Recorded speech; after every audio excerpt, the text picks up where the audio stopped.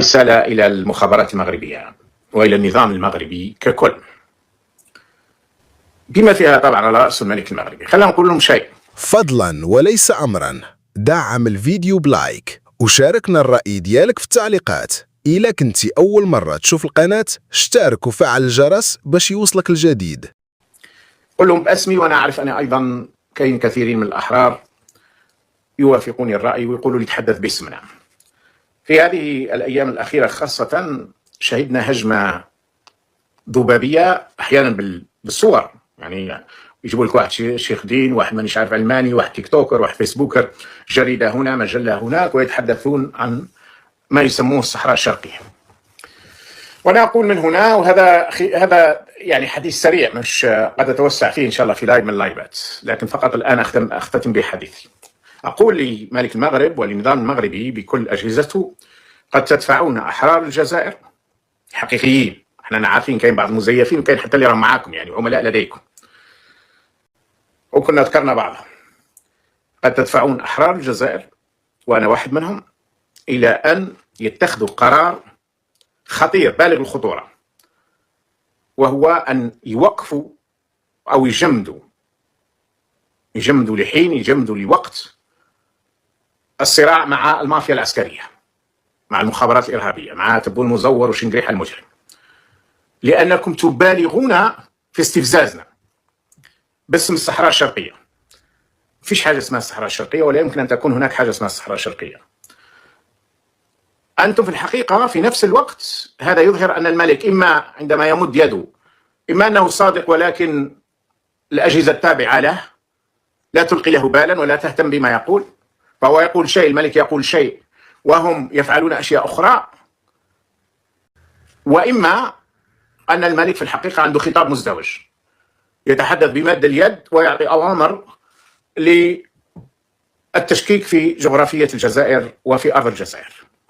هذا هو المنطق، ما في شيء آخر. ولذلك من هنا توجه للنظام المغربي ككل ولأجهزة المخابراتية خاصة. نحن نعرف أن الذين يطرحون فكرة الصحراء الشرقية وأن المغرب عنده أراضي في الجزائر، نعرف أنه أحيانا هو ذباب تدير المخابرات الجزائرية، وأحيانا هو ذباب تدير المخابرات أو تدير الإمارات وإسرائيل، نحن نعرف ذلك. لكن هناك ذباب لا نقاش فيه أنه ذباب تديره المخابرات المغربية، وهذا الذباب مش الذباب الخفي، لأن هذاك لا نعرفه. الذباب العلني يخرج بوجهه وبلسانه باسمه، واحد يدعي أنه شيخ دين، وواحد يدعي أنه دكتور، واحد يدعي مانيش عارف واش إلى آخره. هؤلاء، وأنا نتكلم على اللي ساكنين في المغرب، حتى لو كانوا خارج المغرب نقول بلاك النظام المغربي ما عندوش عليهم سلطة. لكن إذا بقي هذا الاستفزاز، تشكيك في أرضنا، التشكيك في جغرافيتنا، التشكيك في بلدنا الجزائر، فإنكم ستدفعوننا إلى خيار 1963 اللي اختاروا أحرار الجزائر في 63، اللي كانوا متخاصمين مع النظام العسكري عندما هاجم الحسن الثاني عسكريا الجزائر. قالوا الآن سيكون سلاح واحد في مواجهة العدو الذي أراد أن يغزو أراضينا، وبالفعل فعلوا ذلك، وهذا كلفنا الكثير، لأن هذا فيما بعد أعطى قوة لبومدين وبن بلة اللي قاموا بقتل بعض الأحرار وسجن بعض الآخرين إلى آخره. لم يكونوا شرفاء بومدين وبن بلة، لأن أحرار الجزائر وقفوا في مواجهة الغزو المغربي يومها، وهو غزو حقيقي، هذا تاريخ. أنا باش نقول لإخواننا لأن المغاربة خوتنا يعني، ونتمنى على المساعد أن يبعث لي مقطع راهو ل عبد الإله بن كيران، يا ليت يعاود يرسله لي. المقطع اللي نشر قبل يوم أو يومين. قلت يومها أحرار الجزائر اضطروا أن يضعوا خصوماتهم مع المافيا العسكرية اللي بدأت آنذاك، أو النظام العسكري، لم يكن مافيا يومها، كان بداية النظام العسكري، وواجهوا الغزو اللي قام به الحسن الثاني. ولا يمكن حتى نسميه الغزو المغربي، لأنه الشعب المغربي لا أعتقد أن استشاروا الحسن الثاني. فأنتم قد تدفعوننا إلى هذا الخيار، وهو إما أن نجمد أو نوقف تماما صراعنا مع المافيا العسكرية، لأنكم تدفعوننا إلى زاوية، وهي أنكم تطمعون في أراضينا في وقت المفروض أن الخطاب يكون كما خرج الملك. يعني الملك خرج قبل 10 أيام وفرح بقرار الأمم المتحدة وقال أنه يده ممدودة لعبد المجيد تبون، سمى حتى بفخامة عبد المجيد تبون، احنا نسموه المزور. ولكن في نفس الوقت بدل من أن تتخذوا من هذه الأجواء اللي الشعب الجزائري في عمومه يريد أن يتخلص من قضية الصحراء الغربية وهو لا يمضي مع النظام فيها، فأنكم تدفعون بالجزائريين خاصة ضد النظام، ضد المافيا، إلى أنهم قد يتوقفون عن هذا المعركة معهم لأنكم تطمعون في أرضنا، وهذا لن يقبله أي جزائري حر، مثل أن أي مغربي حر لن يسمح بقطعة من أرضه، وأي حر لن يسمح بقطعة من أرض بلاده أينما كان. قبل مواصلة المشاهدة ادعم الفيديو بلايك. إذا كنت تشاهد القناة لأول مرة اشترك وفعل الجرس ليصلك الجديد. فأنا أدعو النظام المغربي أن يوقف الأبواق التي تشكك في الجزائر، لأنكم بحقيقة الأمر إلا إذا كان النظام المغربي في الحقيقة يريد أن لا يسقط النظام في الجزائر، فهو يريد أن يدعمه. إذا أردتم بدعم النظام الجزائري فشككوا في أرضنا، لأن الأحرار كما قلت قد يتخذون قرار وهو أن يجمدوا. هذا لا يعني أن نسكت إلى الأبد، ولكن قد نسكت لحين